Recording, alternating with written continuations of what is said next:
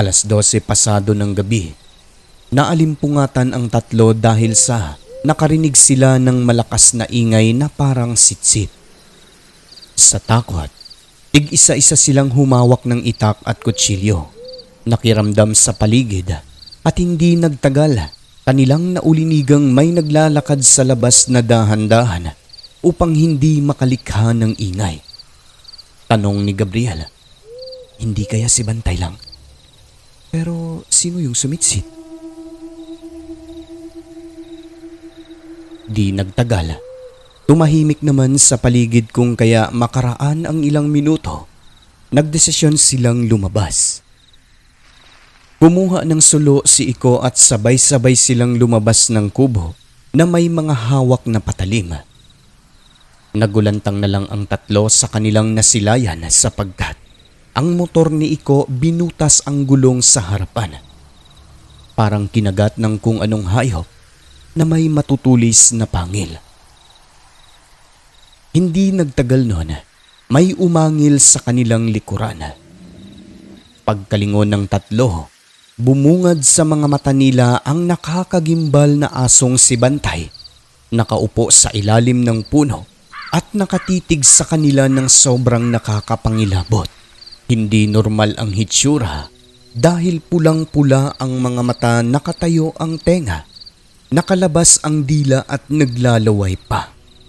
Mahaba ang buntot na nakapulupot sa katawan nito, nakalabas ang pangil sa bunganga, nakangiwi pa, at anumang oras ay handang-handa ng sumugod. Pero bago pa man mangyari yon, sa gulat ng tatlo, nagunahan ang mga itong pumasok sa loob ng kubo. Pagkatapos nun, naglock sila ng pinto, pati mga bintana, siniguradong nakasarado. Si Bantay ba yun? Bakit nag-ibang itsura? Tiya, aswang pala yun.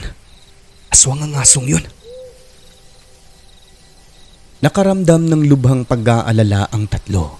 Sabi naman ni Iko, kung sakaling makapasok man ang aswang na yon, anuman ang mangyari, ipagtatanggol nila ang mga sarili.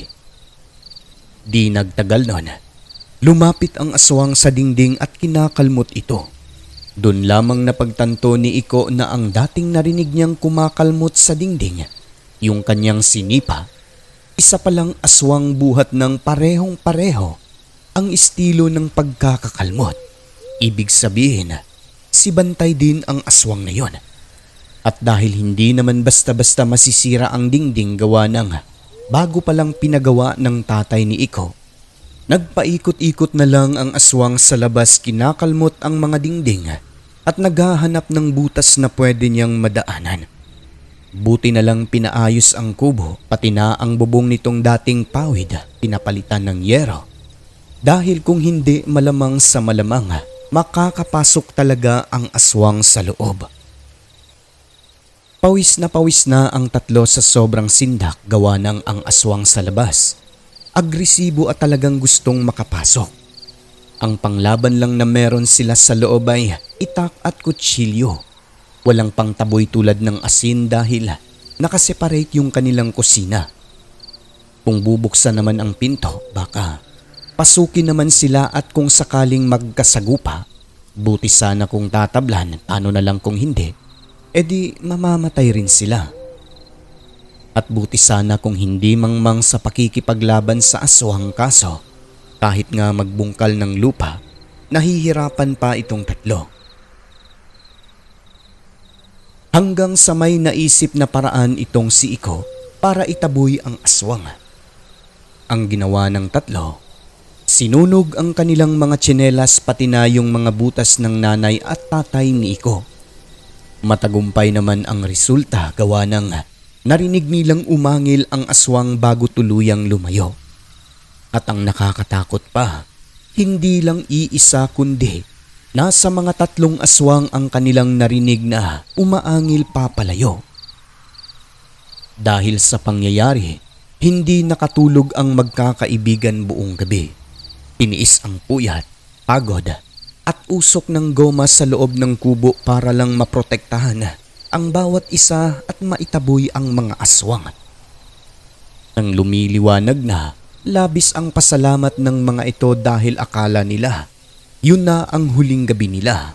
Kaya hayon madilim-dilim pa, inayos na kaagad ng tatlo ang motor at dali-dali nang umuwi. Pagdating sa kanilang lugar, nagtaka na lamang ang mga tao lalo na ang mga magulang ni Iko buhat nang nakapaan na lang ang mga ito at nangingitim pa ang mga mukha dahil sa usok ng goma. Nang malaman ng mga magulang ni Iko ang nangyari, dinala sila sa isang albularyo at duoy pinasuka. Sa maniwala kayo o sa hindi, sumuka sila ng malapot na laway kasabay nun, maiitim at durog na karne. Napailing na lamang ang manggagamot sa sinapit ng tatlo at sinabing, Butit na agapan ito. Huwag na lang muna kayong bumalik sa Sitio Guadalupe. Mamimiligro ang buhay niyo sa lugar na yon. Dagdag na sabi nito, binalikan sila ng mga aswang ng gabi rin na yon pagkatapos ng kainan nung araw ng fiesta dahil nabuking na karne ng tao ang pinakain sa tatlo.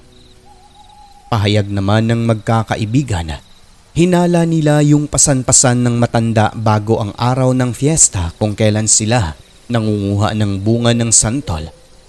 Tao ang laman nun dahil napakabigat kung titignan, na malamang sa malamang, yun ang kinatay at pinakain sa buong tribo pati na kina Iko. Matapos nun alinsunod na rin sa abiso, hindi na muna bumalik sina Iko sa Sitio Guadalupe. Ngunit ang tatay at ang kanyang lolo ay hindi pumayag na basta-basta na lang iwan ang kanilang lupa sa naturang lugar dahil lang sa mga sinasabing aswang kung kaya. Bumuo sila ng isang pangkat na may kabuo ang 5 tao na magbabantay doon. Ang isang miyembro nito, si Igme na dating sundalo na may kaalaman din pagdating sa mga bagay espiritual. Tulad ng kung paano itaboy ang mga aswang at kung paano sumpain ang kakayahan ng mga ito kung kaya. Kahit papano nun, nakampante naman ang kanyang mga kasamahan. Makalipas ang ilang araw, agad nang nagtungo ang pangkat sa pangunguna ng tatay ni Iko at ng kanyang lolo sa Sitio Guadalupe. Kumuha na rin sila ng truck na maghahakot ng mga bunga ng niyog na inipon nila Iko. Maliban sa mga itak at baril, nagdala rin sila ng mga lumang tsinelas para gawing pangtaboy sa mga aswang doon. Pagdating sa mismong kubo, mas lalong nag-uumapoy sa galit itong tatay at lolo ni Iko sa kadahilan ng nadatnan nilang sira-sira na ang dingding ng kubo na halatang ginamitan ng itak. Sa hitsura pa lang, para bang pinapalaya sila. Hindi naman nagpatinag ang tatay at lolo ni Iko gawa ng meron naman silang mga sandata, ganun din ang kanilang mga tauhan. Hinala pa nila, walang ibang gumawa nun kundi ang mga aswang sa maliit na komunidad. Porke dayo tayo sa lugar gaganituhin tayo. Kapag mapapatunayan ko lang kung sino ang may pakana nito, pagbabayari natin silang lahat. Payukong wika ng tatay ni Iko na halatang galit na galit. Kaagad na nilang pinaayos ang kubo pagkatapos ay doon na natulog ang 5 taong magbabantay habang yung tatay at lolo ni Iko umuwi rin kaagad bago mag alas 5 ng hapon. Sa umpisa pa lang ng gabi, ramdam na ng tauhan nila ang presensya ng mga aswang na animoy nagmamasid lang sa paligid kaya naman. Maliban sa pagpapausok ng goma, ilang beses silang nakapagpaputok ng baril para itaboy ang mga nilalang sa paligid. Minsan pang wika ni Igme, kung sino man kayo, pakiusap umalis na lang kayo para wala tayong gulo rito. Hindi kami ang kaaway ninyo, bago lang kami. Pero kami naman ay inatasang magprotekta sa lugar na ito. Kung hindi kayo makikinig at patuloy kayo sa pananakot nyo, panggagambala rito, baka magkasubukan tayo. Ilang sandali lang matapos sabihin ni Igme yun, Humuni ang wakwak na akala mo nakaloko kasi sa uri ng pagkahuni nito para bang bumuhakhak ng tawa. Bahala ka ano gawin mo dyan sa labas, aswang ka. Pero pakiusap ko lang, lumayo-layo kayo sa lugar na ito. Di nagtagal noon, nawala naman ang mga aswang at sa mga sumunod na gabi ay hindi na rin ito nagpaparamdam. Makalipas ang ilang araw, minsan isang hapon dala na rin ng kabagutan. Bumili ng tuba sa tindahan ang dalawang kasamahan ni Igme at nag-inuman habang si Igme nakikinig lang ng radyo dahil hindi siya umiinom ng alak. Matapos makakain ng hapunan, naisipan ng dalawang kasamahan na bumili ng sigarilyo sa tindahang kilometro ang layo gamit ang motorsiklo. Makaraan lang ang ilang minuto noon, nakarinig sila ng putok ng baril. Sabi ng isang kasama, "Ala, may putok ng baril. Sila kaya yun, Igme? Ano kayang nangyari?" Kinakabahan ako. Malamang oo kasi wala namang ibang nakatira rito eh. Siguro pinaramdaman naman ng mga halimaw. Ilang sandali pa, sunod-sunod na naputok ng baril ang kanilang naririnig kung kaya sa puntong yon dala ng pag-aalala sa kaligtasan ng mga kasama. Dali-dali nang sinundan ng tatlo kung saan nagmumula ang putok. Makalipas lang ang ilang minuto, nagulantang na lang sila dahil tumatakbo na lang ang dalawang kasamahan patungo sa kanilang kinaroroonan. Nahalatang takot na takot ang mga hitsura at nanlalaki pa ang mga mata. Anong nangyari? Nasaan ang motor? Hinarang kami ng aswang, Igme. Kaya pala nakarinig kami ng sunod-sunod na putok. Pero bakit kayo tumatakbo na lang? Nasaan ang motor? Iniwan na namin. Bakit?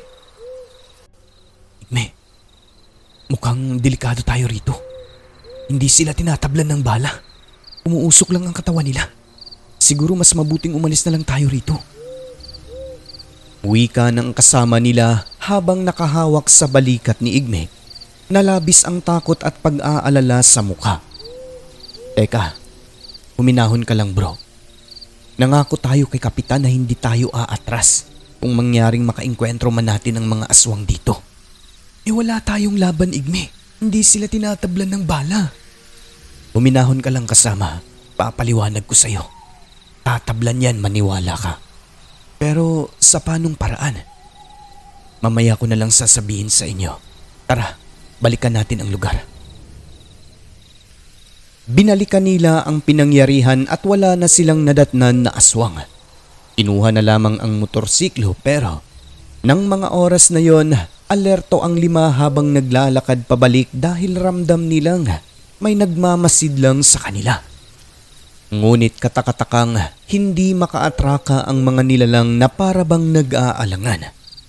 Lingid sa kaalaman ng mga kasamahan, habang binabaybay nila ang daan, umuusal naman si Igmenon ng mga orasyon para hindi sila malapitan.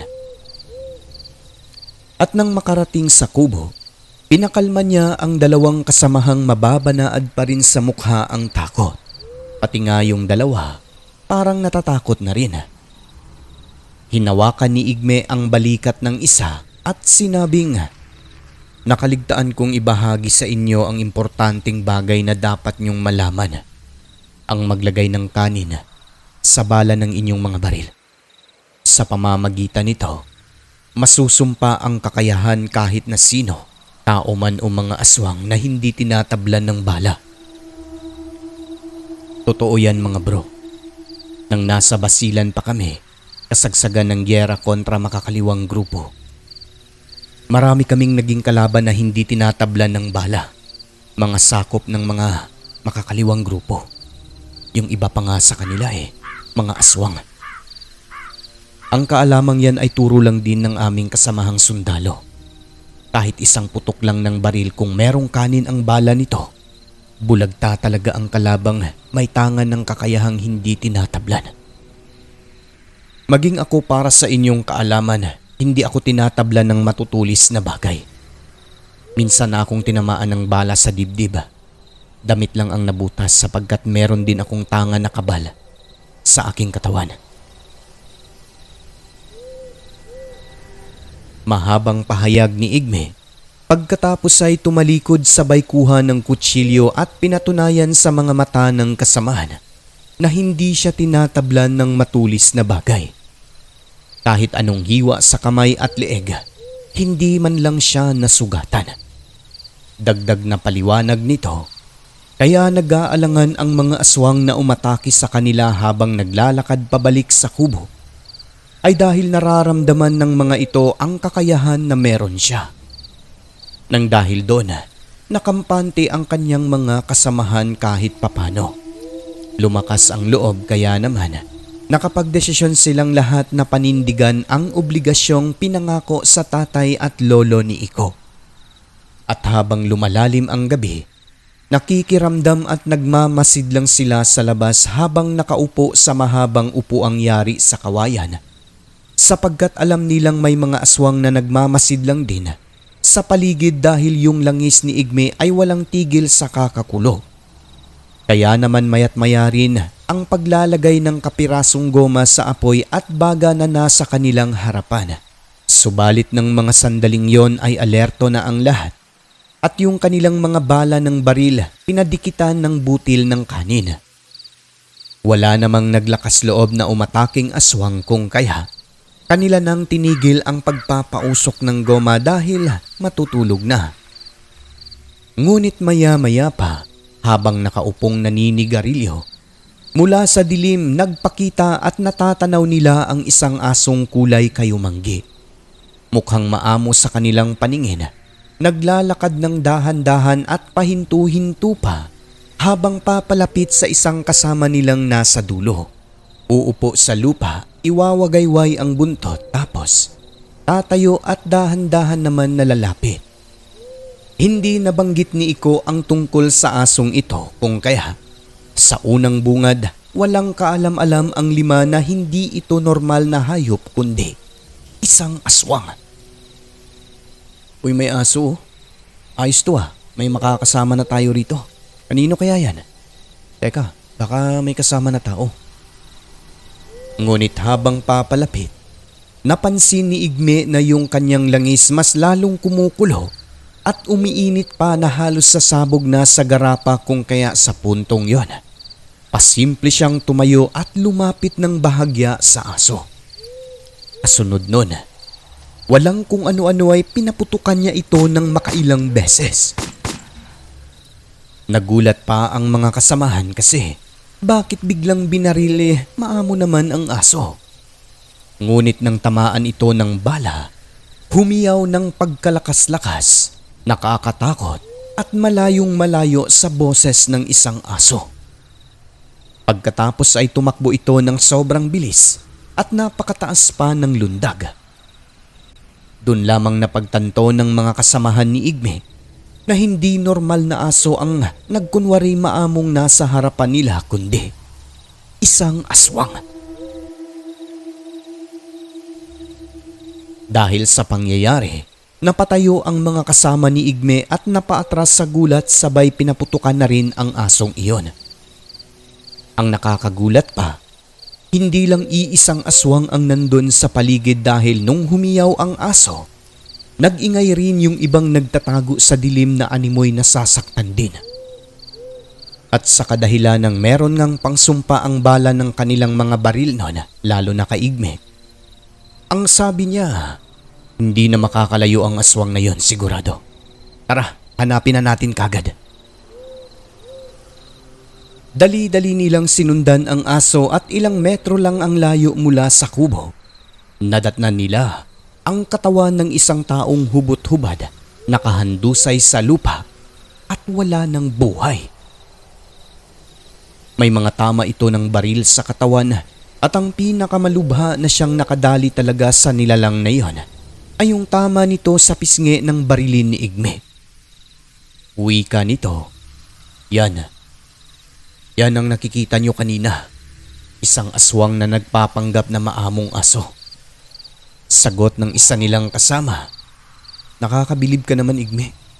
Paano mo nalaman? Habang papalapit kasi ang aswang na yan kanina, ay siya ring pagkulo ng langis ko sa bulsa at ang init pa. Halos sasabog na nga kaya nang dahil doon, nabatid kong hindi ordinaryong aso. At isa pa, walang normal na asong makakarating sa kubo natin ng ganun-ganun lang. Ang lalayo ng mga kabahayan dito di ba? Paanong nakarating yan dito? Anong gagawin natin sa aswang na yan, Igme?